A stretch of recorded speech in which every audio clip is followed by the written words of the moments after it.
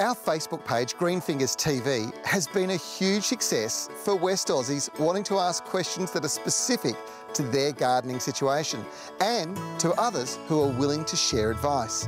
Amanda from Bunbury is a classic example, and over the past couple of years we've become great online friends, sharing information, experiences and a fair few laughs along the way. Well, Amanda, this is absolutely amazing. I'm so pleased to finally have made it to check out your garden. You know, you've really done the hard yards here. It hasn't been long since you've been in town, has it? No, that's correct. We moved here from Geraldton about 2 years ago. Okay, I'd imagine the conditions are vastly different. They are very different, but the sand is still the same. So would you show us around? Definitely.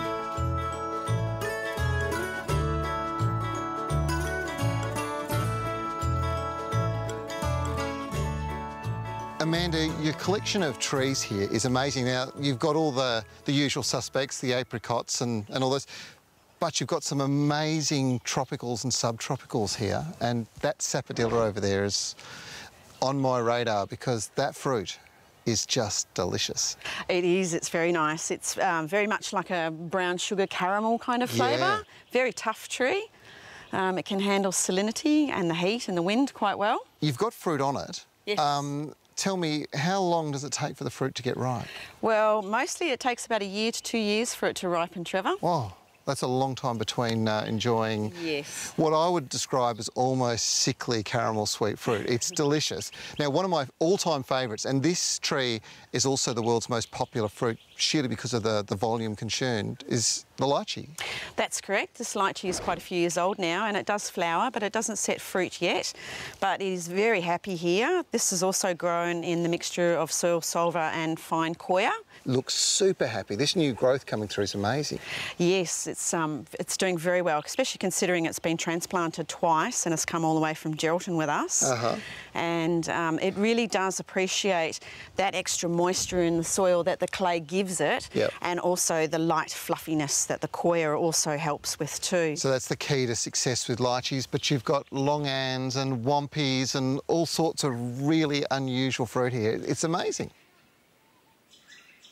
Right, Trevor, here we have the Sunshine Special passion fruit, which was specially bred for Western Australia and its conditions. And you've actually got some flowers on board. Oh, definitely. They look great. Yes, it's already started flowering. We've had huge crops off these two vines. They're only 1.5 years old. So, Amanda, everything's looking pretty lush over here, but it didn't start out that way, did it? No, it didn't, Trevor. It's all sand here, so beach I was going to sand. say, how do you take gutless beach sand like this? I mean, how far are you from the estuary? Well, the estuary's just over the other side of that hill there, Trevor, about 400 metres at the most. Right, so I'm fascinated. How do you improve it? Well, firstly, we need to add clay to this sand in order to hold on to the nutrients and the water, because as you know, sand, it just all percolates through. So we added soil solver clay, it's the kaolin clay, and watered that into the soil to get it ready to receive the organic matter. Okay, so it's got silt, clay, rock minerals. How much are you putting in? I'm using the rate that they recommend of 7.5 kilos per square metre, but there are other areas where I have used more, such as where I've planted bananas, up to 10 kilos or 15% even. Wow. Amanda's experience is similar to that of hundreds of West Aussies who have changed the complete nature of the sandy soils that they garden in by simply adding this clay, silt and rock mineral mix. It's recommended that you apply a minimum of 7.5 kilograms per square metre and dig it in thoroughly into the top 150 millimetres of your sandy garden bed. Now, here's the best thing. Remember the times you've applied compost and then thick layers of mulch, only to come back a few weeks later and see it's all gone and you're back down to bare sand. Well, the brilliant thing about this soil solver product is when you add it into the soil, it's a permanent change.